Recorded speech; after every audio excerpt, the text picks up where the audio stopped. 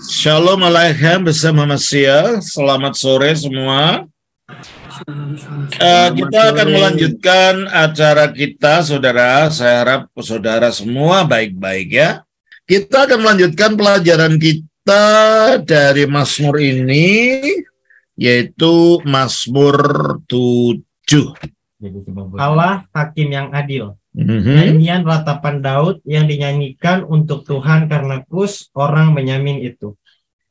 Ya Tuhan Allahku, padamu aku berlindung, selamatkanlah aku dari semua orang yang mengejar aku, dan lepaskanlah aku, supaya jangan mereka seperti singa menerkam aku dan mencabik-cabik aku tanpa ada yang melepaskan. Ya Tuhan Allahku, jika aku berbuat ini, jika ada kecurangan di tanganku, jika aku melakukan yang jahat terhadap kawanku, atau menjarah lawanku tanpa alasan, biarlah musuh mengejar aku dan menangkap aku, menginjak-injak hidupku ke tanah, dan menaruh kehormatanku dalam debu. Bangkitlah Tuhan dalam murkamu, berdirilah menghadapi geram orang-orang yang melawan aku, bangunlah untukku, engkau yang menuntut keadilan. Biarlah bangsa-bangsa berkumpul mengelilingi engkau, dan bertakhtalah di atas mereka di tempat yang tinggi. Tuhan mengadili bangsa-bangsa, hakimilah aku, Tuhan, apakah aku benar dan apakah aku tulus. Terus? Biarlah berakhir kejahatan orang fasik, tetapi teguhkanlah orang yang benar. Engkau yang menguji hati dan batin orang, ya Allah yang adil. Allah adalah perisai bagiku, penyelamat orang-orang yang tulus hati. Allah adalah hakim yang adil dan Allah yang murka setiap saat. Kalau orang tidak bertobat, ia mengasah pedangnya, melentur busurnya dan membidik. Terhadap orang itu, ia mempersiapkan senjata-senjata yang mematikan dan membuat anak panahnya menyala. Sesungguhnya orang itu hamil kejahatan, ia mengandung kelaliman dan melahirkan dusta. Ia membuat lubang dan menggalinya, tetapi ia sendiri jatuh ke dalam lubang yang dibuatnya. Kelaliman yang dilakukannya kembali menimpa kepalanya, dan kekerasannya turun menimpa batok kepalanya. Aku hendak bersyukur kepada Tuhan karena keadilannya, dan bermazmur bagi nama Tuhan yang Maha Tinggi. Terima kasih. Mazmur ini dasarnya adalah mazmur permohonan dan pengaduan dan rintihan. Ya. Dalam terang tindakan dan tuduhan-tuduhan penindas atau musuh Daud di sini ya. Dan juga keyakinan Daud di dalam hakim yang ilahi adalah merupakan tulang punggung dari permohonan ini. Dia percaya bahwa ada hakim yang akan membenarkan dirinya, ya. Bahwa pada akhirnya Allah itulah yang membela semua apa yang dialaminya dari orang-orang yang berbuat jahat ini, ya.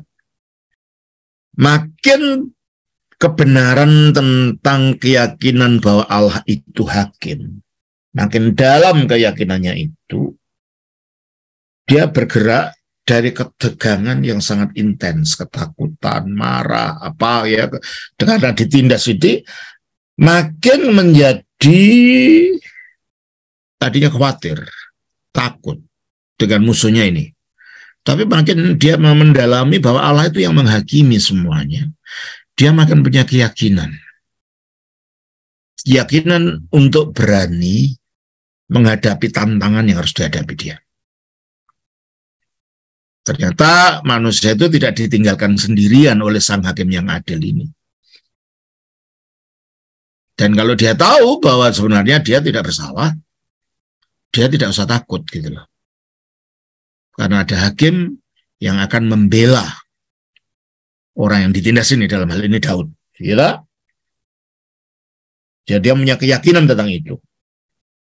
Jadi Mazmur ini mengikuti pengalaman Daud melalui pengalaman dari kekhawatiran menjadi makin tenang, ekspresi yang makin tenang melalui 3 tahapan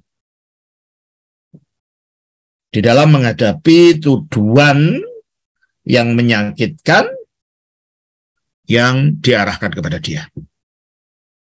Ya, dalam kehidupan kita akan mengalami banyak seperti itu ya.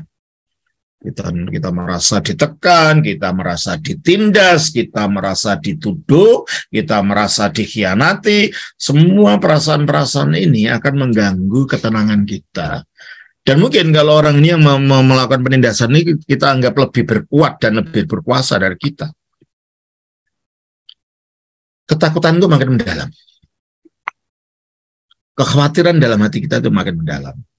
Jikalau itu kita hadapi sendiri. Nah, dalam pengalaman Daud ada 3 proses yang kita ikuti di sini. Yang pertama adalah kepedulian hati Daud ya, atau apa yang kekhawatiran yang mendalam dari Daud ketika dia menghadapi dan dia memohon perhatian dari keadilan Allah. Dia tahu bahwa Allah itu adil, tapi pada saat dia mengalami tuduhan ini, rasa adilnya Allah itu belum terasa awalnya, tapi pelan-pelan dari merasa dia mengadu akan masalahnya, mulai ada rasa, iya, dia mulai tenang, dia tahu bahwa pada akhirnya Allah akan menunjukkan keadilannya kepada orang yang tidak salah. Yang kedua, permohonan Daud kepada Allah ketika dia seolah-olah mengadu kepada Allah, membela dirinya sedemikian rupa. Ya, kalau pengadilan itu kan ada pembelaan. Daud kayak membela dirinya di hadapan Allah, di hadapan meja pengadilannya Allah ini. Dari permasalahan yang dituduhkan kepada dia, musuhnya yang menuduh. Nah, Daud memberikan pembelaan, ya. Dan yang terakhir, akhirnya Daud merasakan mulai yakin akan pertolongan Allah ketika dengan sabarnya menunggu keputusan dari hakim yang adil ini. Makanya di sini dikatakan nyanyian ratapan Daud, dia meratap kepada Allah. Dan kita pun kalau kita menghadapi masalah yang kita anggap begitu menyesakkan, kita meratap. Tapi meratapnya jangan pada manusia, tidak ada gunanya. Manusia hanya bisa mendengarkan, tapi tidak bisa berbuat apa-apa atas ratapan kita. Nah, sikap kita harus seperti Daud. Ratapnya harus ratapan pada Allah. Ya. Nyanyian ratapan Daud yang dinyanyikan untuk Tuhan karena Kush. Dari kitab-kitab sejarah dalam Alkitab, kita tidak bisa menentukan siapa Kush ini. Kita tidak tahu. Ya, kalau Kush itu adalah nama untuk orang Ethiopia sebenarnya. Tapi di sini Kush nama orang Benyamin. Dan kita tidak tahu. Ya. Dan ini juga sering kita mengalami tindasan-tindasan sedemikian rupa ini yang orang lain tidak tahu apa yang kita alami. Kita merasa seperti sendirian. Orang lain tidak mengetahui apa yang kita sedang pergumulkan. Ayat 2. Ya Tuhan Allahku, padamu aku berlindung. Ya pada akhirnya perlindungan yang kuat, perlindungan yang kokoh, perlindungan yang akhirnya akan membawa dampak dan hasil. Itu hanya Allah. Perlindungan di dunia ini baik kepada hakim, kepada jaksa, kepada apa. Mungkin untuk jangka tertentu, untuk batasan tertentu, dapat menolong kita. Tapi sering di dunia ini pengadilan itu tidak adil. Dikarenakan uang, kadang-kadang pengadilan bisa dibeli. Orang yang tidak salah masuk penjara, yang salah karena uangnya dan karena pengaruh kekuatannya malah dibebaskan, dan itu sering terjadi. Keadilan yang sempurna itu hanya ada pada Allah. Itulah sebabnya nanti mengapa di akhir zaman itu ada pengadilan. Kristus akan mengadili manusia karena apa? Di dunia ini tidak ada pengadilan yang betul-betul adil, itu tidak ada. Kecurangan-kecurangan selalu ada. Tapi kita harus punya keyakinan bahwa pada akhirnya perlindungan yang sebenarnya yang mendapat membawa pertolongan kepada kita adalah Allah, jikalau kita mempunyai iman yang sebenar-benarnya. Dan kita harus berani mengatakan kepada Allah seperti Daud mengatakan pada Allah ini, ya Tuhan, Allahku, padamu aku berlindung. Berlindung dari siapa? Berlindung dari Kus, orang Benyamin ini. Nah, kita tidak tahu apa yang dituduhkan pada Daud. Sehingga dia mengalami hati yang terluka yang begitu dalam. Dan dia mengalami kesulitan yang begitu dirasakan mengganggu dirinya. Selamatkanlah aku dari semua orang yang mengejar aku. Rupanya Kus ini tidak sendirian kelihatannya. Mungkin itu rombongan, ya mungkin itu musuh politik ya. Biasanya kalau orang di bidang politik seperti Daud itu musuhnya banyak. Orang-orang lain ingin merebut kedudukannya mungkin. Dan mungkin salah satunya adalah Kus ini. Dan melihatnya Kus ini tidak sendirian karena dikatakan di sini, selamatkan aku dari semua orang yang mengejar dia.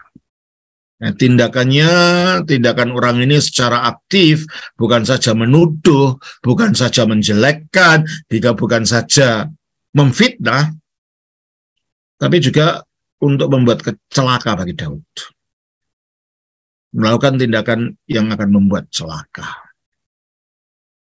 Nah, di dalam hidup itu kadang-kadang gitu. Orang itu bukan hanya memfitnah kita. Kadang-kadang mereka melakukan sesuatu yang jahat. Ya. Nah, kalau di Indonesia ini menggunakan santet lah, menggunakan ilmu-ilmu gelap itu ya untuk menjatuhkan orang. Nah, kalau sudah begitu, yang bisa membela adalah Allah, betul. Sebab kalau orang mau melawan kita dengan menggunakan santet, kita lawan dengan santet yang sama, kita akan menang. Kenapa? Kita menggunakan kuasa kegelap sama-sama gelap ya. Tetapi kalau kita melawannya dengan doa. Saya ingat adik saya perempuan waktu itu, anaknya itu disantet. Ponakan saya. Dan dia nggak tahu bahwa dia menangis, dia melakukan doa puja Yesus, bersujud selama berhari-hari. Menurut kesaksiannya dia kepada saya. Akhirnya nggak tahu bagaimana kalau dia tahu bahwa orang ini yang melakukan. Bahwa ini memang apa yang dilakukan ini adalah memang kuasa kegelapan. Dan dia kayak ditunjukkan aja.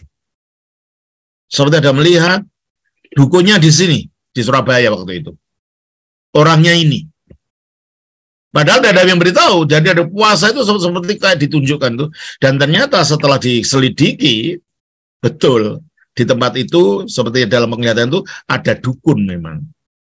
Dan kelihatannya di situ, dan akhirnya, ya, ponakan saya itu sudah sakit luar biasa, karena itu kadang kena santet ini. Dan ini ditemukan bahwa, ya memang orang itu menyantet ponakan saya ini melalui kekuatan gelap. Akhirnya, adik saya hanya saya beritahu, udah kamu puasa, kamu mohon Tuhan Yesus ucapkan doa puja Yesus ini secara sungguh-sungguh, dan akhirnya betul-betul dia dilepaskan tanpa harus ilmu, tanpa dibalas dengan santet, tapi hanya kekuatan doa. Nah, inilah hebatnya doanya orang Kristen. Kalau dengan betul-betul didoakan, tidak ada yang dapat mengalahkan dia yang kepadanya orang Kristen ini berdoa. Oleh karena yakinlah akan kekuatan doa ini. Bermohonlah kepada Tuhan.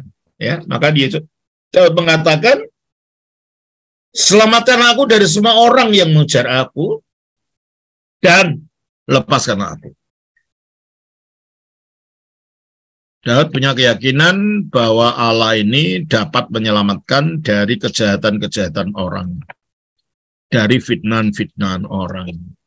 dari segala macam tuduhan-tuduhan dan juga tindakan-tindakan yang mungkin membahayakan dirinya. Dan kita dalam kehidupan ini tidak akan lepas dari orang-orang yang demikian ini.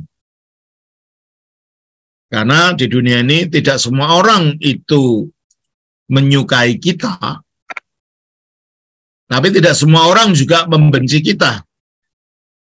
Ada orang yang pro sama kita, ada orang yang benci sama kita.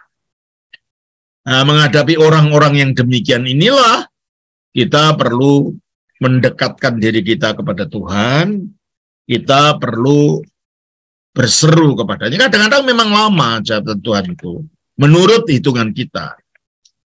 Tetapi lamanya jawaban Tuhan bukan berarti dia tidak mendengar.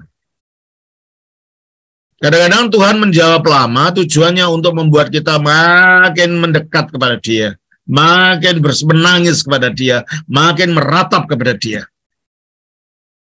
Supaya kita tidak putus asa.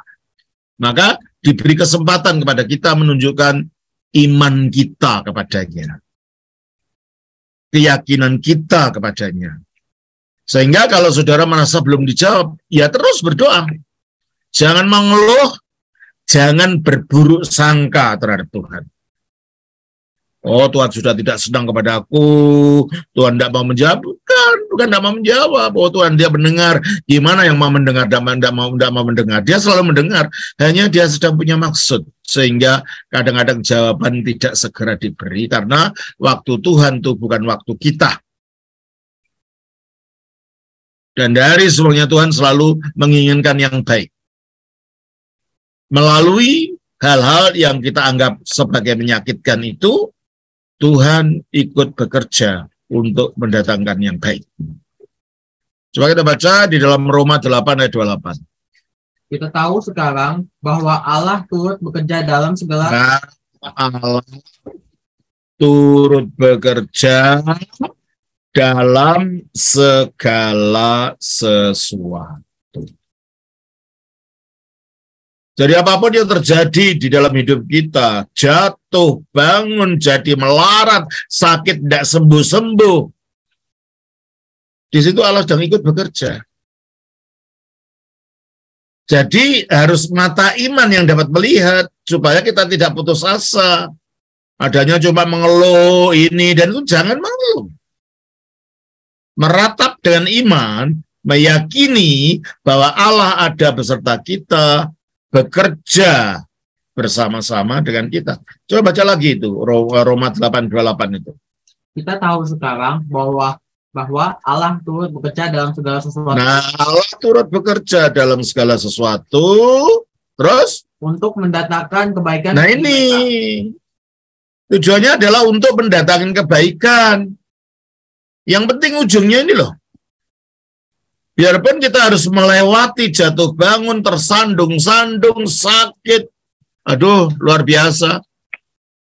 Ponakan saya itu rasanya hampir kata adik saya di Amerika waktu itu saya tidak bisa berbuat apa-apa, jadi saya suruh berdoa seperti itu. Katanya kayak sudah putus asa saja gitu. Dan akhirnya santetnya kelihatan gitu. Ini kan luar biasa, saya tidak punya ilmu apa-apa. Dalam doa akhirnya dia ditunjukkan siapa dukunnya, apa yang dilakukan, dan akhirnya mendapatkan kesembuhan. Jadi kalau kita berdoa sungguh-sungguh, tidak usah ilmu ini dan itu. Kalau Tuhan berkenan, Tuhan akan menyatakan pertolongannya seperti itu. Ya, akan mendatangkan kebaikan bagi siapa? Bagi mereka yang mengasihi. Makanya kita harus mempunyai hati yang mengasihi Tuhan secara konstan. Rajin dalam doa, ya kalau kita orang ortodoks, waktunya puasa ya puasa, ya toh. Ini sebentar lagi kita akan masuk masa Paskah ya, puasa persiapan, puasa Paskah 2 minggu lagi, selama 40 hari ya lakukan itu.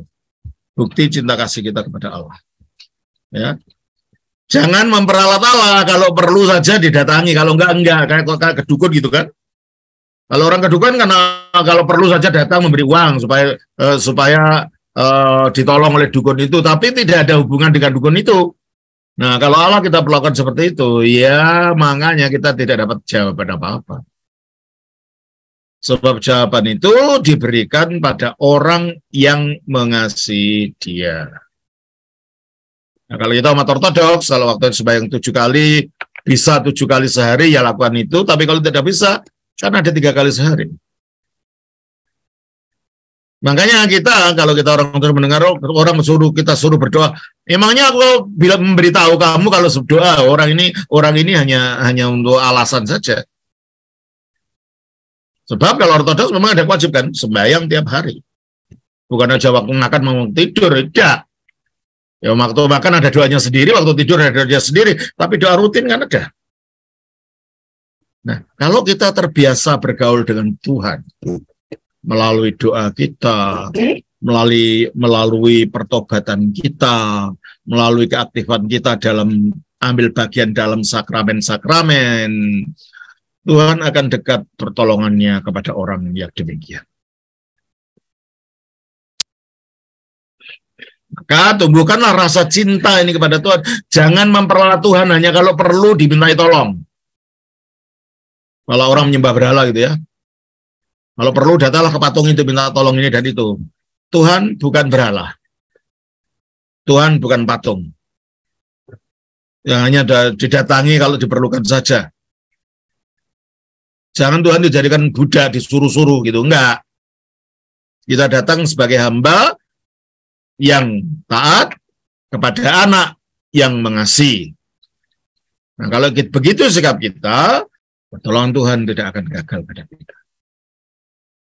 Jadi semua peristiwa yang kita alami itu pada akhirnya mendatangkan kebaikan. Tidak harus kebaikannya secara materi. Ada kebaikan-kebaikan yang lain.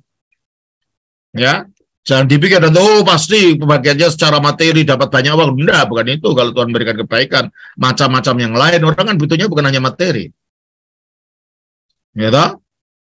Nah, tapi makanya kita harus menunjukkan sikap yang mengasihi ini, jikalau kita ingin melihat mujizat Tuhan berlaku di dalam kehidupan kita. Ya.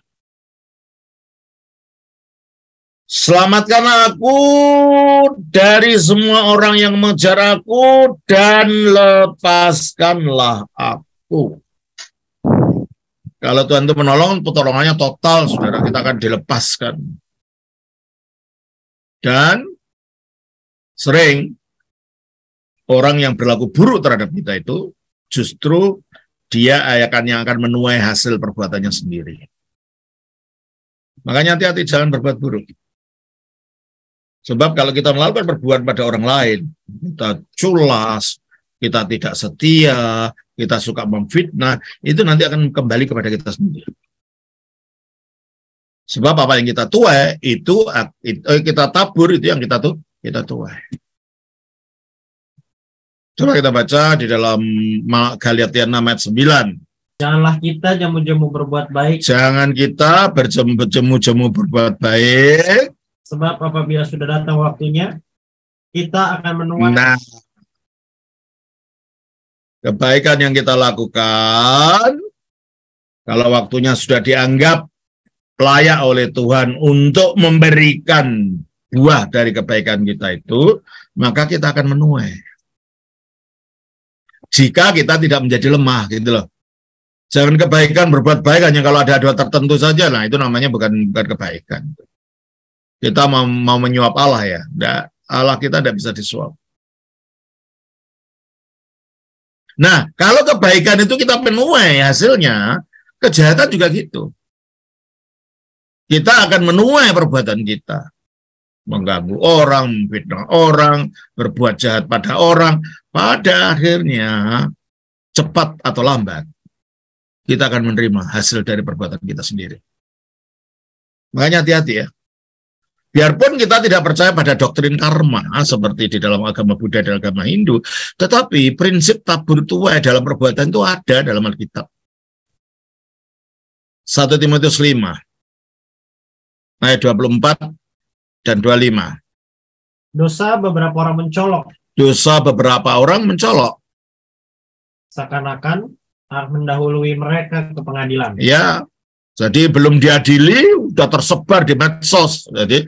Jadi dosanya mendahului mereka ke pengadilan.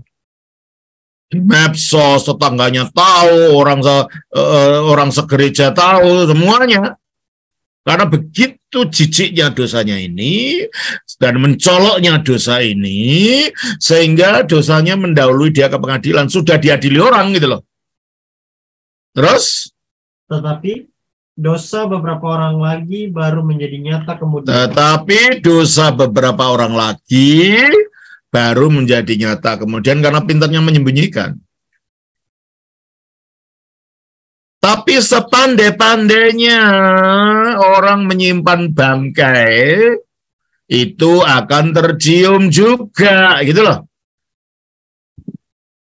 Jangan diharap kita bisa menyimpan kejahatan itu. Lama-lama akan tercium oleh orang. Akan terbuka. Dan Tuhan akan membukakan itu sebagai buahnya. Ya. Dosa beberapa orang lagi baru menjadi nyata kemudian.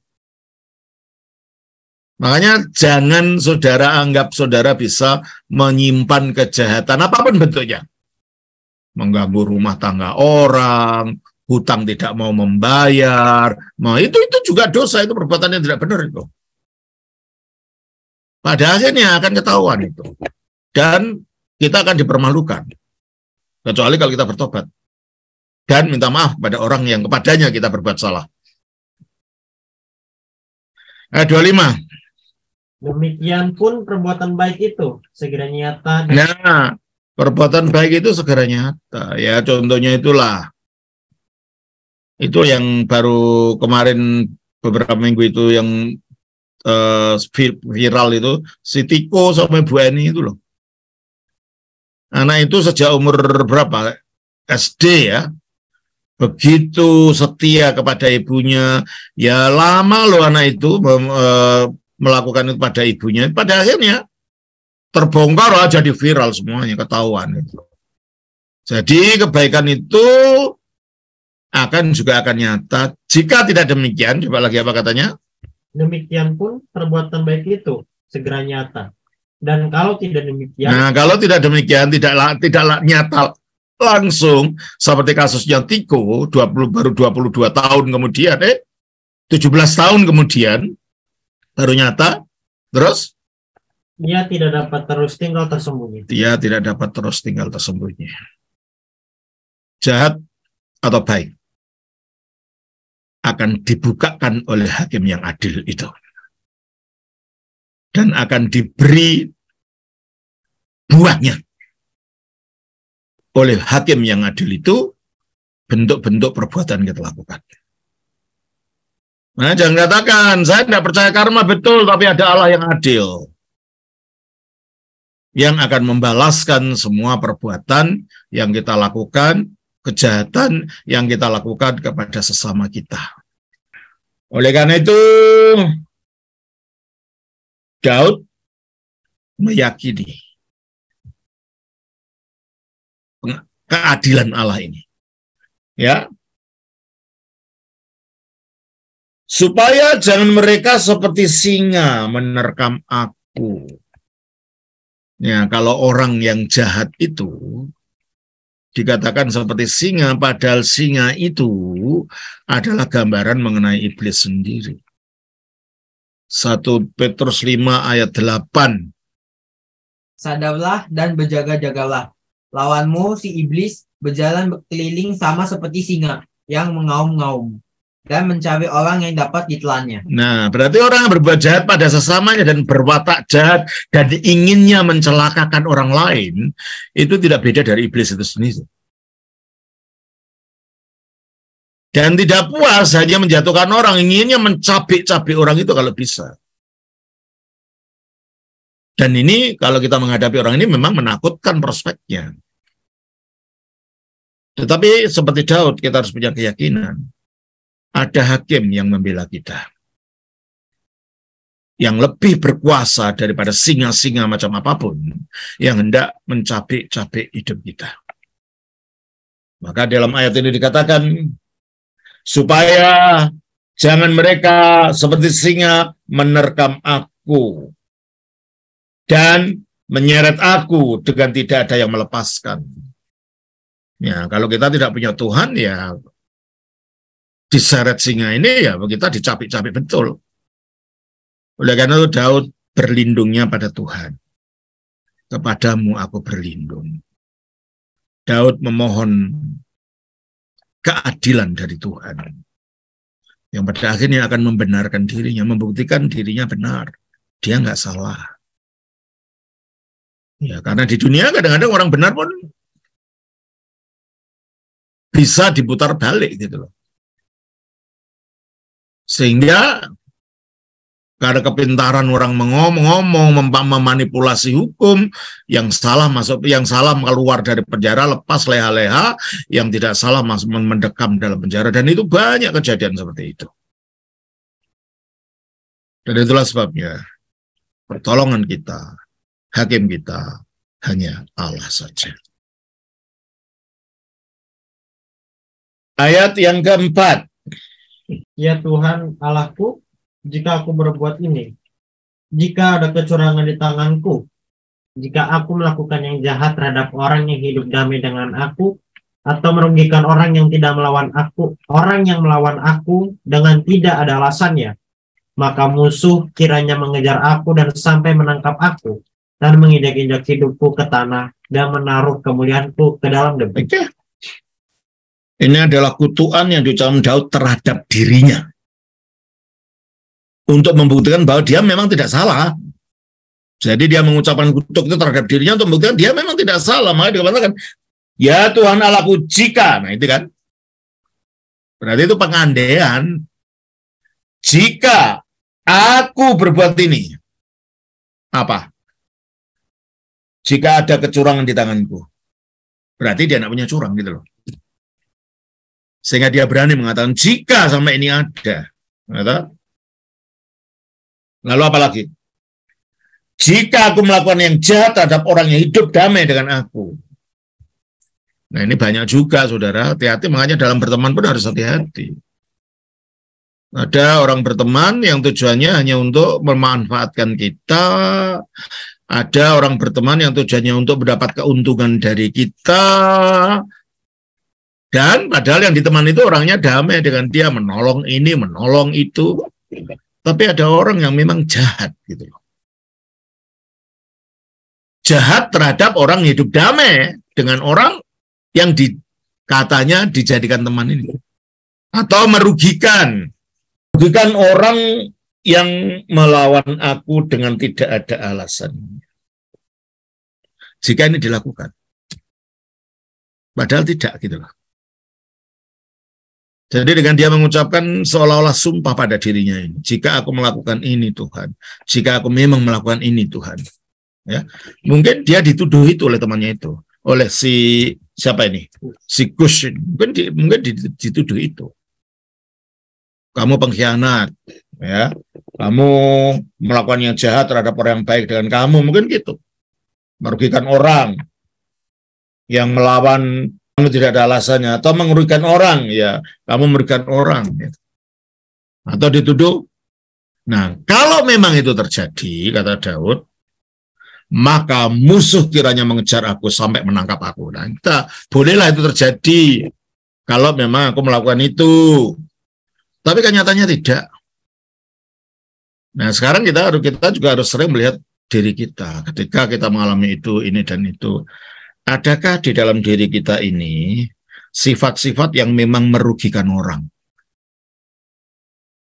Adakah di dalam diri kita ini sifat-sifat yang ingin mengkhianati orang yang telah berbuat baik pada kita? Teman kita, lalu suaminya kita ganggu, umpamanya, maaf saja. Atau istrinya kita ganggu. Padahal orang itu niatnya baik. Tapi kita punya pikiran yang jahat. Atau kita ingin merugikan, ingin menipu orang ini. Nah saudara, kalau kita mempunyai sikap-sikap seperti itu, dan kita akhirnya mendapatkan musibah, jangan salahkan siapa-siapa. Salahkan diri kita sendiri. Sebab itu petuaian dari hasil perbuatan kita. Kecuali kalau kita bertobat dan mengubah sifat kita dan minta maaf kepada orang yang kita rugikan itu.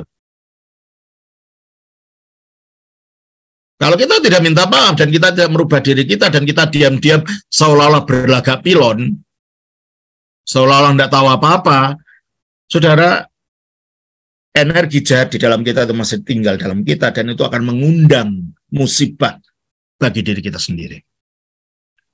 Ya, mungkin itu akhirnya mengakibatkan hidup kita tersandung sini, tersandung sana, masalah ini, masalah sana. Sebab masih ini energi jahat ini masih ada dalam kita dan menarik kejahatan-kejahatan itu kepada kita sendiri. Maka diri kita memang harus bersih. Tidak berani seperti Daud mengatakan, jika aku melakukan ini, jika aku melakukan ini, jika aku melakukan, bolehlah aku mengalami musibah itu. Yang berarti dia tidak melakukan itu semua. Daud merasa tidak bersalah. Dan dia tahu dia tidak bersalah. Berarti dia diperlakukan secara tidak adil oleh si Kush dan teman-temannya ini. Nah, kalau kita memang tidak bersalah, kita berani mengatakan itu pada Tuhan.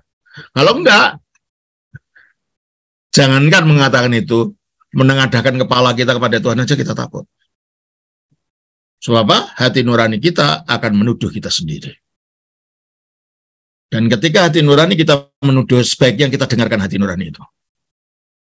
Dengan jalan apa? Kita bertobat, kita minta maaf kepada orang yang telah kita salahi, dan kita mengembalikan seandainya ada barang yang telah kita rugikan dari orang itu. Kalau tidak, saudara akan dikejar oleh keadilan Tuhan. Dan kalau tidak kita selesaikan ini, keadilan Tuhan akan mengejar kita terus. Terus, maka musuh ayat 8, ayat 6. Maka musuh kiranya mengejar aku sampai menangkap aku, dan menginjak-injak hidupku ke tanah, dan menaruh kemuliaanku ke dalam debu. Dan kutuk pada dirinya sendiri. Untuk membuktikan dalam kasus ini dia tidak punya salah. Dia merasa tidak bersalah. Aku tidak berbuat apa-apa. Kenapa diperlakukan begini sama orang ini? Aku berani bersumpah gitu loh. Kalau gambarannya, bayangannya orang sekarang itu. Aku bersumpah aku tidak melakukan ini. Kalau memang ini, biarlah musibah datang kepadaku gitu ya. Biar aku bisa bergeledek kayak gitu loh orang zaman sekarang ini. Sumpahnya seperti itu gitu loh. Tapi dia tahu dia tidak melakukan itu. Dan kalau memang kita innocent bahasa Inggrisnya, yaitu memang tidak bersalah melakukan itu. Kita berani datang kepada Allah dengan segala keberanian kita. Menyatakan keluhan kita kepada Allah. Ayat yang ke-7. Bangkitlah Tuhan dalam murkamu. Bangkit ini seruan perang ya. Untuk orang Israel kalau dalam Alkitab, bangkitlah gitu. Supaya Tuhan tidak duduk diam-diam berpangku tangan gitu loh. Melihat aku begini kok kamu diam saja berpangku tangan, enggak. Dengan dia tahu bahwa dirinya tidak bersalah.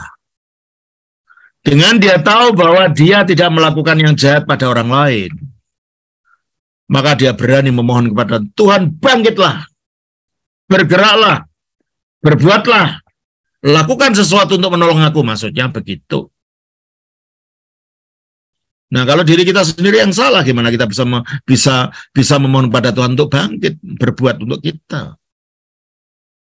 Nah, kalau kita tahu diri kita bersalah, bertobat dulu, berubah dulu.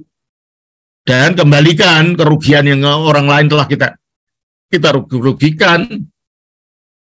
Maunya kita membawa lari uang teman kita, ya kembalikan dulu. Minta maaf dulu. Janji, maaf ya, saya dulu telah bersalah. Saya berjanji akan mengembalikan uang itu. Itu kan enak. Yang dengar juga enak gitu loh. Tapi tidak bisa sekarang, saya harus ngumpul-ngumpul. Ya pokoknya ada niat mengembalikan, jangan hanya ngomongnya lagi. Itu menipu kalau hanya ngomongnya saja. Itu berarti menambah dosa lagi gitu loh. Ya, makanya bangkitlah Tuhan dalam murkamu, dalam apa? Ya saya keteraskan murka dalam arti energi Allah itu akan membakar orang yang berdosa itu di dalam keadilannya. Membakarnya energi Allah ini diterima manusia sebagai siksaan, diterima manusia sebagai pukulan, sehingga dari kacamata manusia dinyatakan Tuhan itu murka. Berdirilah menghadapi geram orang-orang yang melawan aku. Jika kita merasa tidak bersalah dan kita mengasihi Tuhan, kita tidak takut memohon ini. Untuk memohon Tuhan membela kita. Kita yakin bahwa pembelaan Tuhan itu ada di pihak kita. Kalau kita hidup dalam ketulusan, dalam cinta akan Allah, ya, kita berani bangkitlah, mengatakan bangkitlah Tuhan dalam murkamu, berdirilah menghadapi geram orang-orang yang melawan aku. Bangunlah untukku. Nah itu. Ya bangun ini juga kata kiasan supaya Tuhan bertindak gitu. Untuk siapa? Untuk dia, karena dia mengasihi Tuhan. Allah turut bekerja sama, mendatangkan kebaikan bagi orang-orang yang mengasihi. Syaratnya itu. Dalam kasih kepada Tuhan itulah kita menjadi dekat dengan dia. Dalam mendekat kepada dia itulah maka pertolongannya siap diberikan kepada kita. Dengan keyakinan bahwa Tuhan akan menolong kita, itulah kita berani memohon supaya Tuhan bertindak. Kalau dalam diri kita sendiri tidak ada kebaikan, apa landasannya kita mohon pada Tuhan untuk bertindak, untuk bangun, untuk bangkit? Tidak ada landasannya. Dia akan tutup mata, dia akan tutup telinga dari kita. Yesaya 59 ayat 1 dan 2. Sesungguhnya tangan Tuhan tidak kurang panjang untuk menyelamatkan. Ya, tangan Tuhan tidak kurang panjang untuk menyelamatkan. Artinya dia mampu menyelamatkan dimanapun kita berada gitu ya. Terus? Dan pendengarannya tidak kurang tajam untuk mendengar. Ya, berarti Tuhan itu maha mendengar dan akhirnya maha bertindak. Terus ayat 2. Tapi yang merupakan pemisah antara kamu dan Allahmu ialah segala kejahatanmu. Dan yang membuat dia menyembunyikan diri terhadap kamu sehingga ia tidak mendengar ialah segala dosamu. Itu dosa yang membuat kita tidak berani mendekat kepada Tuhan. Dosa yang membuat kita takut untuk memohon sesuatu kepada Tuhan. Dosa yang membuat Tuhan tidak mendengarkan apa yang kita minta. Itulah sebabnya dosa harus disingkirkan dari kita. Jangan punya hati culas, hati dendam, hati menyimpan rasa benci pada orang. Ini akan menghalangi kita dari didengar oleh Tuhan, dari ditolong oleh Tuhan. Kembali pada ayat 7 tadi. Bangkitlah Tuhan dalam murkamu, berdirilah menghadapi geram orang-orang yang melawan aku, bangunlah untukku. Ya, engkau yang telah memerintahkan penghakiman. Nah, Allah itu sifatnya adil. Dan dia tidak akan membiarkan orang-orang yang berbuat tidak adil kepada sesamanya dibiarkan berlenggang. Tidak. Dan dia tidak akan mendengarkan anak-anaknya yang diperlakukan dengan tidak adil dibiarkan selalu mengalami penindasan. Tidak. Oleh karena itu, dalam segala sesuatu kita jangan takut ada Tuhan. Bukan teori ini ya. Tuhan yang kita percaya itu bukan Tuhannya filsafat yang hanya dikarang-karang. Tuhan yang kita percaya itu Tuhan yang hidup, yang bertindak, yang menolong, yang kasih, yang siap untuk memberikan pengadilannya untuk kita. Asal hidup kita sendiri adil ya. Terus ayat 8. Biarlah bangsa-bangsa berkumpul mengelilingi engkau dan bertakhtalah di atas mereka, di tempat yang tinggi. Oke. Pada akhirnya biarpun ada bangsa-bangsa orang-orang yang melawan dia, pada akhirnya Allah bertakhta di atas mereka. Allah tetap yang berkuasa atas mereka. Pengendali semuanya adalah Allah. Para penguasa itu dengan segala kuasanya melakukan tindakan-tindakan jahat, tapi kalau yang tindakan jahat itu diarahkan pada orang yang benar, tidak akan terjadi. Orang yang jahat itu sendiri akan digulingkan oleh Allah. Nah, orang yang tidak percaya pada Allah, ya isinya jahat saja, mau ngelawan ini, mau ngelawan itu, mau memfitnah ini, mau memfitnah itu. Ya, dalam kasus negara kita yang Pak Jokowi banyak lawannya itu kita perlu banyak berdoa ya. Supaya keadilan Tuhan dinyatakan melindungi beliau, melindungi negara kita ini supaya tidak dipecah belah oleh orang-orang yang tidak bertanggung jawab. Karena pada akhirnya bangsa-bangsa itu di atasnya Tuhan yang bertakhta. Bangsa-bangsa itu di atasnya ada Tuhan yang mengendalikan mereka. Pada akhirnya Tuhanlah segala-galanya. Manusia boleh merancangkan yang ini, yang itu, yang jahat. Pada akhirnya keputusan terakhir ada di tangan Tuhan. Dan yang bisa melihat ini adalah orang-orang yang beriman, yang betul-betul dekat kepada Tuhan. Dan orang yang demikian tidak akan khawatir menghadapi semuanya itu. Tidak akan khawatir. Ada Tuhan. Dan ketika kita mengatakan ada Tuhan, kita harus betul-betul yakin memang ada gitu loh. Itu syarat pertama dari iman kan? Ibrani pasal 11 ayat 5. Tetapi tanpa iman tidak mungkin orang berkenan kepada Allah. Jadi tanpa iman tidak mungkin orang berkenan kepada Allah. Terus? Sebab barang siapa berpaling kepada Allah, ia harus percaya bahwa Allah ada. Itu, ia harus percaya bahwa Allah itu ada. Dan Allah itu bukan imajinasi pikiran orang gitu loh. Beda dengan berhala. Kalau berhala menurut Alkitab itu imajinasi, tidak ada berhala itu kenyataannya. Coba kita baca di dalam 1 Korintus pasal 8 ayat 4. Tentang hal makan daging, persembahan, berhala kita tahu, tidak ada berhala di dunia. Nah, tidak ada berhala di dunia ini. Kalau itu ada, itu diada-adakan. Sehingga akhirnya dewa-dewa berhala yang mereka ciptakan itu, karena tidak ada, yang mengisi kekosongan tidak adanya berhala itu adalah roh jahat. Yang pura-pura jadi berhala yang disembah, yang dikarang itu. Coba kita baca dari 1 Korintus pasal yang ke-10, ayat 19 dan 20. Apakah yang kumaksudkan dengan perkataan itu?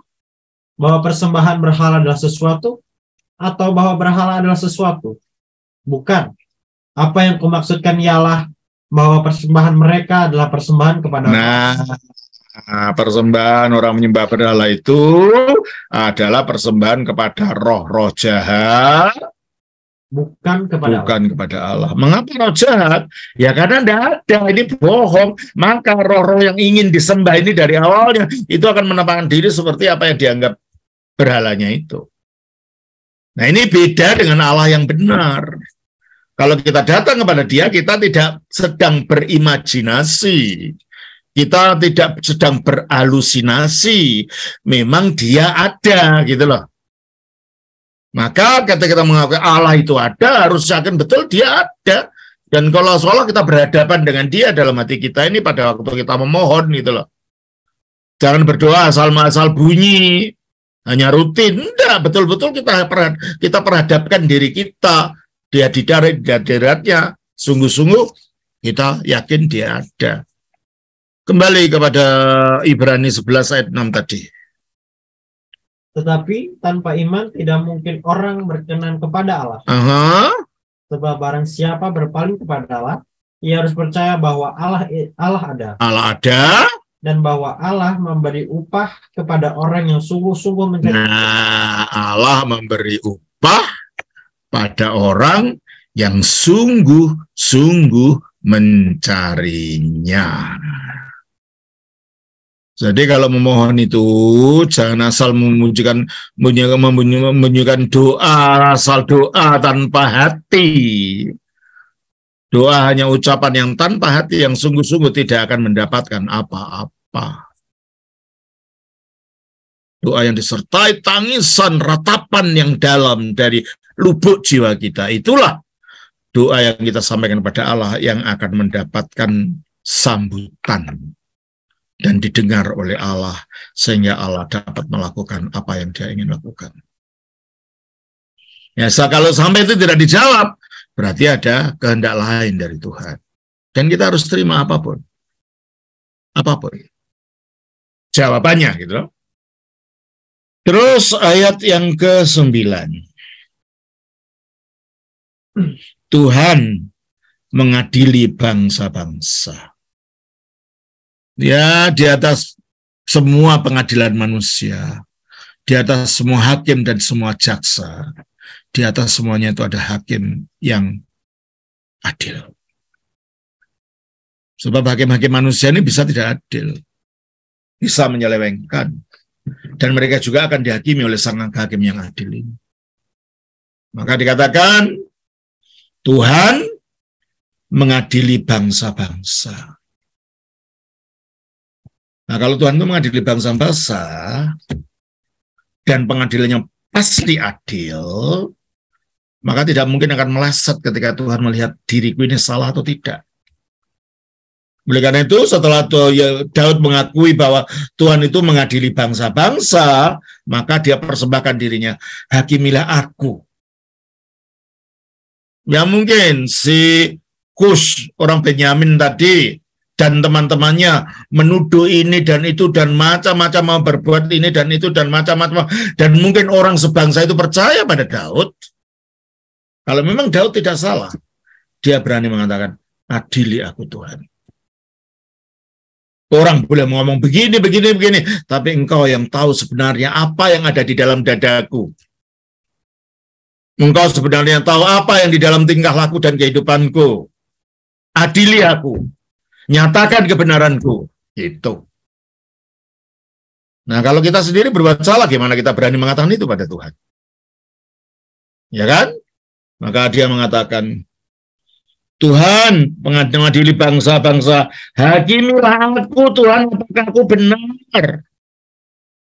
Dan apakah aku tulus ikhlas?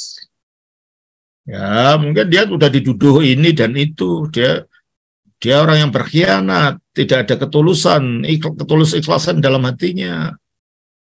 Padahal Daud tahu, aku enggak gitu loh. Aku dituduh begini, begitu. Aku enggak gitu, Tuhan. Adili aku, hakimi aku. Nyatakan itu. Nah, kalau Tuhan yang menyatakan, ya semua orang yang musuhi orang yang demikian itu akan dipermalukan. Semalu-malunya gitu loh. Makanya Tuhan mengatakan, Alkitab mengatakan jangan membalas, penghakiman itu hakku. Ketika kita mulai membalas dan ingin menghakimi diri kita sendiri, ya tidak akan datang pengadilan dari Tuhan. Dibiarkan, oke aku mau lihat, sampai kapan sih kamu bisa? Ya karena kecil yang bengal gitu diberitahu orang tuanya jangan mainin temannya, tetap aja main, dibiarkan. Aku lihat kau sampai seberapa kamu aman. Oke, dia masuk ke comberan betulan gitu loh kalau dibiarkan. Kayak begitu Allah itu akan memperlakukan kita gitu kalau kita tidak mau menyerah pada pengadilan dia dan tidak percaya bahwa dia punya kekuatan untuk mengadili kita itu. Tuhan, dan apakah aku tulus ikhlas? Dan kalau Tuhan sudah mengadili, akhirnya biarlah berakhir kejahatan orang fasik. Tuhan menghentikan kejahatan orang-orang fasik ini, dalam ini mungkin Kus tadi. Nah, saudara merasa dimusuhi oleh siapa? Ya tetap saja saudara serah pada Tuhan. Kalau Tuhan sudah menyatakan kebenaran kita dan memang kita benar, kita tidak berbuat salah, orang yang memusuhi kita tanpa sebab itu akan dipermalukan. Dia akan diakhiri, dihabisi oleh Tuhan. Sehingga dia tidak bisa berbuat apa-apa yang jahat lagi pada kita. Nah, kita harus percaya ini. Ya, kalau kita membela-bela diri, ya Tuhan akan membiarkan kita. Ya udahlah, kamu udah bisa bela dirimu, ngapain minta pertolongan aku? Kamu bisa membela dirimu. Nah, di sini memang memerlukan iman yang kuat, yang kokoh untuk meyakini bahwa Allah itu memang hidup dan bisa bertindak gitu loh. Biarlah berakhir kejahatan orang fasik, tetapi teguhkanlah orang yang benar. Jadi kalau sudah Tuhan bertindak, orang fasik dan kefasikannya akan dihabisi, orang benar akan ditegakkan, dan tidak akan ada satupun yang akan bisa menjatuhkan dia lagi. Tuhan akan melindungi orang-orang seperti ini. Engkau yang menguji hati dan batin orang, ya Allah yang adil. Ya pada akhirnya yang tahu di batin orang hanya Tuhan kan. Ada orang yang di luarnya kelihatannya saleh, kelihatannya tulus, kelihatannya baik pada kita, nggak taunya dia punya tujuan jahat kepada kita. Ternyata hatinya itu penuh dengan kebusukan. Dan kalau batin dan hati orang itu siapa yang tahu? Ya orang itu sendiri. Hanya orang-orang yang dekat pada Tuhan dan cinta akan Tuhan dan selalu mendekat pada Tuhan akan dilindungi supaya tidak terjebak pada kejahatan-kejahatan orang-orang semacam ini. Oleh karena itu kalau kita mau jalan selamat, ya kita harus selalu berlindung pada Tuhan. Sehingga bukan hanya selamat untuk nantinya saja, tapi selamat di dunia ini loh. Karena banyak orang-orang jahat yang tidak menyenangi kita di dunia ini. Entah iri kekayaan kita, mungkin kalau kita kaya. Entah iri akan kedudukan kita, kalau kita punya kedudukan tinggi. Entah iri akan keberhasilan kita, banyak alasan orang untuk iri pada kita itu. Padahal kita tidak berbuat apa-apa. Dan itulah sebabnya banyak orang yang memusuhi kita tanpa sebab. Kita tidak tahu kenapa orang itu memusuhi saya. Ternyata karena dia tidak mampu menandingi kita, jadi iri. Dan akhirnya nyinyir. Makanya selalu bilang, orang nyinyir tanda tak mampu gitu loh. Kalau kita dinyinyiri orang, berarti orang itu tidak mampu bersaing dengan kita. Ya bisanya untuk melawan, menyerang kita semacam itu. Ya jangan mau dikalahkan dengan nyinyiran-nyinyiran itu pada kita. Cepat berlutut, cepat berseru, cepat meratap kepada Tuhan, yakini bahwa Dia akan membela kita. Ayat 11. Perisai bagiku adalah Allah. Nah itu, perisai kita bukan apa yang kita punya, biarpun banyak apa yang kita punya. Pada akhirnya itu juga bisa mengalami kehancurannya sendiri. Kita bisa membayar lawyer, kita bisa membayar ini dan itu, ya. Tapi ya mungkin dalam arti tentu mereka bisa menolong, tapi pada akhirnya puncaknya yang dapat menolong dan yang menjadi perisai sesungguhnya adalah Allah. Perisai bagiku adalah Allah yang menyelamatkan orang-orang yang tulus hati, gitu loh. Yang segera mendapat pertolongan dari sang perisai ini, dilindungi oleh sang perisai agung ini adalah kalau hati kita tulus.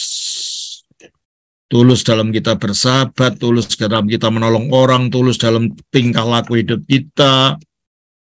Tidak menyimpan pikiran-pikiran jahat atau dengki atau benci pada orang lain.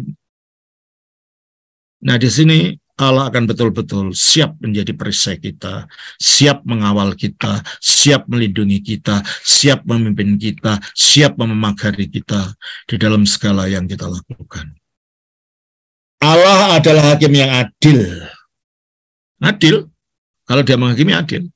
Yang salah ya disalahkan, yang benar dibenarkan. Kenapa? Karena Allah tahu isi hati orang. Allah tahu motivasi yang ada di dalam hati orang. Kalau hakim kan enggak. Dia mendapatkan informasi karena orang itu ditanya lalu bercerita gitu kan. Lalu mengambil kesimpulan dari omongnya orang ini. Kalau Allah enggak usah orang ngomong, dia tahu sebenarnya apa intensinya. Niatnya apa orang ini. Biar mulutnya ngomong muluk-muluk yang baik-baik, kalau niatnya jahat, Allah langsung tahu gitu kan. Maka dia bisa, kalau dia menghakimi, bisa adil. Karena dia mengetahui yang sebenar-benarnya niat hati orang ini yang manusia tidak bisa tahu. Ya. Allah adalah hakim yang adil dan Allah yang murka setiap saat. Artinya apa? Keadilannya siap untuk dilaksanakan bagi orang-orang jahat. Itu maksudnya murka setiap saat. Kalau kita berbuat jahat, ya udah pengadilannya Allah akan mulai berjalan kita mesin gitu. Dan akhirnya pengadilannya akan menimpa batok kepala kita sendiri gitu loh. Nah, dalam keadilannya, dalam murkanya dibayangkan, sungguh kembali ia mengasah pedangnya, melentur busurnya dan membidik, digambarkan seperti tentara ya. Kalau menghukum orang dengan pedang atau memanah dengan panah itu. Digambarkan seperti itu. Dan kalau hati kita tidak ada tulus, kita mengkhianati orang yang telah berbuat baik kepada kita. Kita mengkhianati orang yang telah menolong kita. Kita berbuat culas terhadap orang-orang yang berbuat baik pada kita. Ya tunggu saja. Pedangnya Tuhan, panahnya Tuhan, mengenai kita itu nanti. Menakutkan, kalau jatuh ke tangan Tuhan itu menakutkan sekali. Karena dia tahu sebenarnya apa yang ada di hati orang. Terhadap dirinya yang mempersiapkan senjata-senjata yang mematikan bagi orang-orang berdosa ya. Dari pengadilannya Allah itu betul-betul serius gitu loh. Atas orang yang berbuat dosa dengan serius. Atas orang yang berbuat khianat terhadap sesamanya dengan serius. Makanya jangan punya niat untuk mencelakai sesama kita, terutama yang telah berbuat baik pada kita, terutama yang telah memberikan pertolongan pada kita. Jangan memperalat orang pokoknya. Kalau kita bersahabat, ya bersahabat. Bukan bersahabat untuk diperalat gitu loh. Jangan. Persahabatan itu harus tulus. Bukan itu ada tujuan. Terhadap dirinya ia mempersiapkan senjata-senjata yang mematikan dan membuat anak panahnya menjadi menyala. Bukan hanya dipanah das, tapi akhirnya membakar dirinya. Berarti luar biasa ini hukuman yang akan diterima oleh orang-orang yang berbuat khianat ini. Tuhan tidak senang dengan orang yang berbuat khianat kepada sesamanya. Sesungguhnya orang itu hamil dengan kejahatan. Ia mengandung kelaliman dan melahirkan dusta. Orang-orang yang demikian itu isinya cuma itu. Apa? Hamil dengan kejahatan. Isi hatinya penuh dengan kejahatan. Dan mengandung kelaliman. Akhirnya kalau dia jahat, dia berbuat yang zalim gitu ya. Bertindak yang tidak benar dengan segala macam tipu daya yang dilakukan dan melahirkan dusta. Akhirnya dia ngomongnya dusta. Pura-pura yang berteman, padahal enggak. Ia membuat lubang dan menggalinya, dipikirnya ya, dengan kejahatannya, dengan pikirannya macam-macam. Tapi memang ada orang loh yang isinya jahat saja hatinya, itu ada.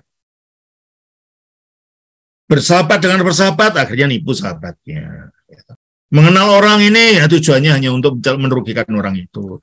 Makanya dalam persahabatan pun kita harus tahu siapa sahabat kita. Jangan asal berteman saja, karena dikatakan juga dalam 1 Korintus 15:33. Coba. Janganlah kamu sesat, pergaulan yang buruk merusak kebiasaan yang baik. Iya. Pergaulan yang buruk merusak kebiasaan yang baik. Bukan saja kita dipengaruhi, tapi juga kita akan dirugikan oleh orang-orang yang kita gauli ternyata itu orang-orang buruk. Kita harus memilih teman itu. Bukan kita merendahkan, tidak. Supaya kita terjebak kepada orang-orang jahat. Berarti haruskah kita membenci orang itu? Ya jangan. Tetap mengasihi, tetapi tidak usah terlalu terlalu lekat. Nanti kita nggak sadar kalau lekat itu bahwa kita sedang ditipu gitu loh. Terus ia membuat lubang dan menggalinya, tetapi ia sendiri jatuh ke dalam pelubang yang dibuatnya. Ternyata orang-orang jahat biarpun sepandai-pandainya, dia melakukan tipuan, seperti kata pepatah, sepandai-pandai tupai melompat, akhirnya jatuh juga. Sepandai-pandainya orang berbuat jahat, akhirnya akan terjebak pada kejahatannya sendiri juga. Makanya satu-satunya cara supaya kita dibebaskan dari orang-orang seperti ini, selalu memohon perlindungan, selalu berdoa, selalu mohon supaya dijauhkan dari orang-orang yang seperti ini. Sehingga kita tidak dirugikan. Ya, kalau kita tidak peduli, ya berarti kita sedang mempersiapkan kerugian kita sendiri. Kita tidak peduli kepada siapa kita bersahabat kok. Ya. Terus kelaliman yang dilakukannya kembali menimpa kepalanya dan kekerasannya turun menimpa batu kepalanya. Itu yang saya katakan. Kejahatan yang kita lakukan terhadap orang-orang yang benar, kejahatan itu akan menimpa kepala kita sendiri. Akan menimpa orang itu sendiri. Dan kebaikan yang kita lakukan dengan ketulusan, dengan cinta kasih, akan kita tuai buahnya pada waktunya. Oleh karena itu, ringkasannya, berbuatlah baik dengan tulus kepada semua orang dan jauhi orang-orang jahat yang mungkin kerjaannya hanya akan merugikan kita. Ya, dan ini tidak berarti kita harus menghentikan berbuat baik. Coba kita baca lagi Galatia 6 ayat 9 tadi. Janganlah kita jemu-jemu berbuat baik. Ya, toh? Janganlah kita jemu-jemu berbuat baik. Mengapa? Karena apabila sudah datang waktunya. Nah, apabila sudah datang waktunya, kita akan menuai. Jika kita tidak menjadi lemah. Jika kita tidak menjadi lemah. Biarpun kita mungkin telah ditipu orang, dibohongin ini dan itu, jangan membuat kita akhirnya aku siapapun ya, jangan juga. Jangan jemu-jemu berbuat baik. Bagaimanapun juga pertolongan itu akan dikembalikan pada Tuhan. Caranya Tuhan mengembalikan bukan melalui orang yang kita tolong, enggak. Melalui cara-cara lain. Jadi makanya jangan kecewa ketika orang yang kita tolong itu tidak berbuat baik atau menggunakan pertolongan kita itu tujuan-tujuan yang jahat. Jangan kecewa, biar aja. Itu nanti dia akan menuai buahnya sendiri dan aku menuai buahku sendiri dari Tuhan melalui cara-cara lain.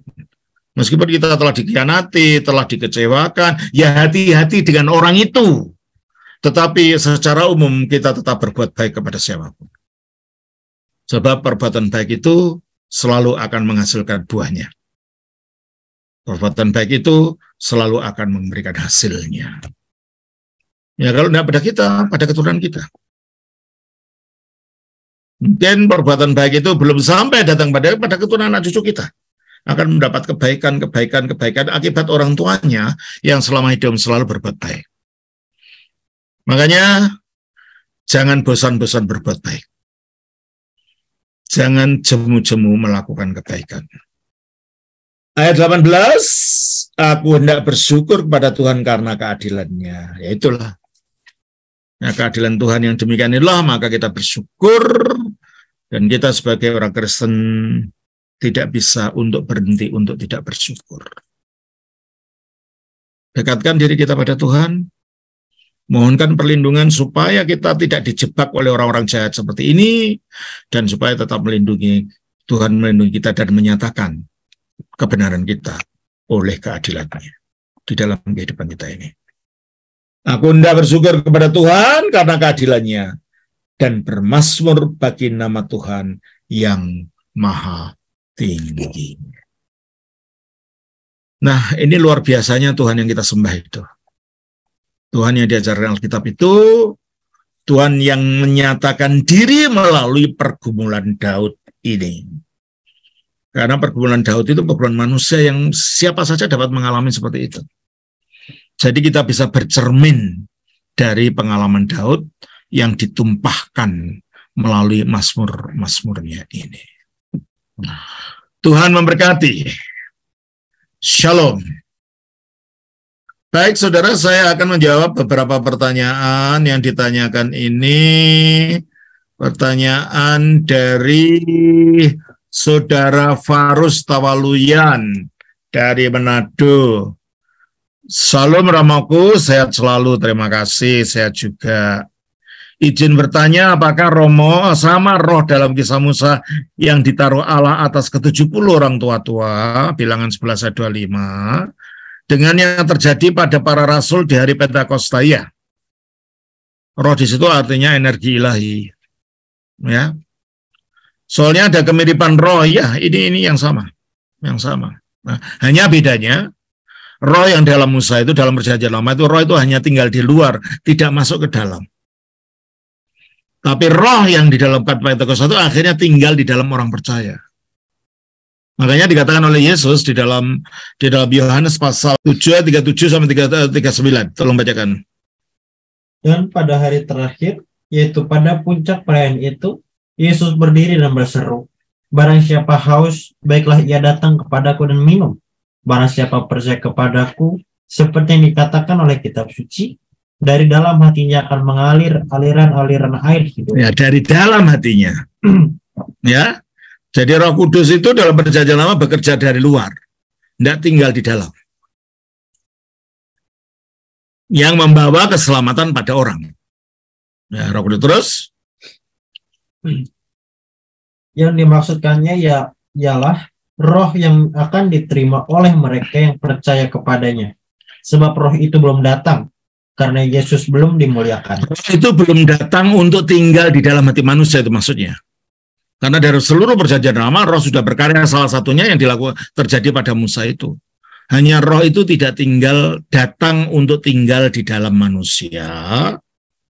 Baru setelah Kristus naik ke surga, roh yang dijanjikan yang berasal dari Bapa itu diberikan kepada Kristus, dan oleh Kristus dicurahkan kepada kita. Disitulah baru roh itu tinggal dalam kita. Coba kita baca di dalam Kisah Rasul pasal 2 ayat 32 dan 33. Yesus inilah yang dibangkitkan Allah, dan tentang hal itu kami semua adalah saksi. Dan sesudah ia ditinggikan oleh tangan kami. Ya, berarti dia ditinggikan di sebelah kanan Allah. Terus? Dan menerima Roh Kudus yang dijanjikan. Dan itu, menerima yang Roh Kudus yang dijanjikan itu, maka dicurahkannya. Jadi Roh Kudus itu dicurahkan untuk tinggal dalam kita sesudah dia ditinggikan, sesudah dia dimuliakan. Sebelum itu Roh Kudus memang berkarya tapi dari luar. Selama dalam perjanjian lama itu dari luarnya manusia, tidak tinggal di dalam manusia. Ini tunggal dalam manusia hanya sesudah dia dinaikkan, dimuliakan di sebelah kanan Bapa. Terus apalagi pertanyaan tadi? Sudah ya, Saudara Farus ya? Terus satu pertanyaan lagi, soalnya ada kemiripan Romo sama-sama kepenuhan. Ya, mirip di luarnya tapi dalamnya tidak. Kalau dalam Pentakosta, peristiwa Pentakosta, roh itu lalu tinggal dalam para rasul. Dan apa maksudnya kata kami memberkatimu di Kidung Puja Mulia di dalam ibadah gereja ortodoks ya. Kata memberkati ini terjemahan dari kata evlogimenos. Evlogia. Evlogia itu artinya berkat. Jadi dalam bahasa Yunani, kata evlogia itu berasal dari kata ev, itu baik. Logia itu bisa kata-kata, bisa hal-hal.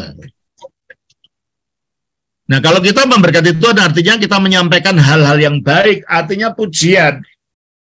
Atau kata-kata yang baik, bukan hal yang baik. Kata-kata yang baik kita berikan pada Allah. Evlogia, kata-kata yang baik kita berikan pada Allah, itu artinya pujian. Tapi kalau kata yang sama itu pada manusia, itu artinya dari Tuhan memberikan hal-hal yang baik. Itu. Jadi itulah makanya di dalam Kidung-Kidung Gereja Ortodoks, karena itu memang terjemahan dari bahasa Yunani, saya terjemahkan kata ini memberkati, supaya kita tahu maknanya. Ternyata antara berkat dan pujian, itu berakar dari kata yang sama. Evlogia. Kalau dari Allah kepada kita, itu hal yang baik diberikan pada kita. Kalau dari kita kepada Allah, itu artinya kata-kata yang baik yang diberikan pada Allah, yaitu pujian. Jadi memberkati Allah, dalam buku-buku liturgi itu artinya memuji Allah. Jelas ya? Saudara Farus? Ya, jelas Romo. Terima kasih Romo, Tuhan Yesus memberkati. Ini ada pertanyaan dari saudara Andreas Kristianto. Tanya Romo, Daud terkesan jengkel sekali dengan orang yang memusuhi dan berdoa supaya Allah bangkit, bangun dan beberangi musuhnya. Tentulah kalau saudara diganggu oleh orang itu, ganggu, udah gini diampuni, ganggu lagi, dimaafkan, ganggu lagi, jengkel nggak kita? Tentunya itu manusiawi. Ya, terus pertanyaannya, sehingga dia berdoa supaya Allah bangkit, bangun dan memerangi musuhnya. Berarti bolehkah Romo kita berdoa supaya orang yang musuh kita diajar oleh Allah? Daud bukan orang Kristen loh ya. Daud itu masih orang Yahudi. Dan ajaran doakan musuh-musuh itu belum ada, Daud belum pernah dengar itu. Ya kan? Makanya kalau Daud mengatakan itu, ya maklum, dia masih hidup, di Injil belum datang. Nah kalau kita, karena Injil sudah datang, ada perintah, kasihlah musuhmu, berdoalah orang-orang yang membenci kamu, ada kata-kata itu. Jadi ada hal-hal yang memang tidak bisa dilakukan oleh Kristen, mengutuk orang, itu tidak bisa dalam doa ya. Kita tidak bisa dibujar. Lah, kalau Allah mau mengajar itu hanya karena keadilannya, bukan karena minta ajar dia Tuhan. Guling-gulingkan dia ke parit itu, tidak bisa. Gitu. Biar dia bisa bergeledek, tidak bisa. Berlawanan dengan kasih itu ya. Doakan saja nanti Allah yang berbuat. Jangan mendikte bagaimana Allah akan menghukum orang itu. Biar Allah yang berbuat dalam keadilannya ya. Terus, bolehkah kita mohon supaya Tuhan bangkit dan membalas mereka yang jahat itu? Kita boleh berdoa supaya Allah tampar mereka. Kita sendiri nggak boleh bertindak menyerang mereka. Apakah juga boleh, nggak boleh minta menghajar, tampar mereka supaya puas batin kita melihat kemudian. Sudahlah, minta Tuhan tahu apa yang dikerjakan. Jangan minta suruh tampar, suruh apa. Ampuni Tuhan, nyatakan keadilanmu. Sudah, kalau nyatakan keadilan Tuhan akan menimpakan balasannya, keadilannya digebatok kepala orang itu. Mungkin lebih dari tampar, mereka dijungkal-jungkalkan dengan lumpur, mungkin gitu ya. Tapi itu biar itu terserah Allah, bukan kita yang nyuruh, kita yang dikte gitu. Ya, jelas ya? Mas Andri? Makasih, jelas Bapak, makasih. Terima kasih. Terus ini pertanyaan lagi dari Bu Srubinga. Salam Romo, izin bertanya, 2 minggu lagi kan puasa menjelang Paskah. Saya tanggal 7 sampai 18 Maret mau perjalanan ke Yerusalem. Saya tetap ingin puasa, tapi juga nanti saat selama perjalanan saya merasa apakah boleh minum? Boleh Bu. Karena pertama Ibu belum resmi jadi ortodoks, jadi itu tidak wajib. Jadi kalau saudari Ibu melakukan karena kehendak sendiri, jadi boleh. Tidak ada aturan yang melarang, ya toh? Ataukah saya harus batal berpuasa? Nah, lanjutkan aja puasa. Jelas Bu ya? Romo mau tanya Romo. Iya apa? Ini nanti kan ini saya kan ikut katekisasi di Romo Yakobus. Iya. Ya. Terus nanti kan ini Mas Paru Romo, nanti setelah katekisasi baru saya bisa dibaptis masuk ortodok ya Romo ya? Iya. Iya betul begitu. Gitu ya Romo ya? Iya. Dan nanti kita akan buka cabang di Malang nanti. Ya, karena di Malang belum ada, terus nanti. Ya, nanti saya akan ke sana seperti saya katakan. Oh iya iya. Ya, nanti akan ke sana dan kita akan mencari simpatisan-simpatisan yang ada, kita kumpulkan. Ya, iya. Kita kumpulkan supaya di sana nanti ada komunitas. Masih satu lagi Romo pertanyaan. Ya, mari silakan. Itu di chat Romo. Apa? Di chat, pertanyaan saya di chat. Oh iya. Romo izin bertanya lagi, jika ada teman yang menjahati kita terus dia dapat celaka, apa kita namanya kena azab? Udahlah, kena azab atau tidak, dia kena celaka, doakan saja. Oh. Azab itu bukan bahasa kita, itu bahasanya orang luar. Azab. Ya? Allah kita itu bukan Allah yang suka mengazab, itu bukan bahasanya Alkitab. Ya, jangan ikut-ikutan bahasanya orang lain, vokabularinya orang lain. Ya, Allah menyatakan keadilannya, udah titik gitu aja. Dan kita tidak boleh nyukur-nyukurin, oh kapok lu, syukur lu, enggak. Tetap doakan. Dan kalau bisa, kunjungi orang yang sakit itu, gitu. Biarpun orang itu telah menjahati kita. Jelas ya? Oke, ya Romo.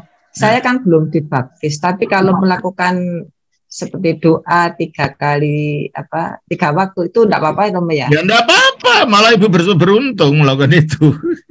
Ya, oke, baik. Sekarang dari Pak Adrian W. Izin Romo, keluarga besar punya tradisi untuk menyiapkan makan untuk yang meninggal. Bagaimana pandangan gereja mengenai hal itu? Apa orang Kristen boleh berpartisipasi dalam hal ritual ini? Menyiapkan untuk dimakan saja atau untuk dipersembahkan pada roh orang mati? Kalau disiapkan saja, doanya doa Kristen tidak jadi masalah. Dipersembahkan, kalau dipersembahkan kepada orang mati, itu penyembahan berhala dan kita tidak boleh melakukan. Terima kasih Romo. Ya, oke. Terima kasih. Tuhan memberkati. Shalom.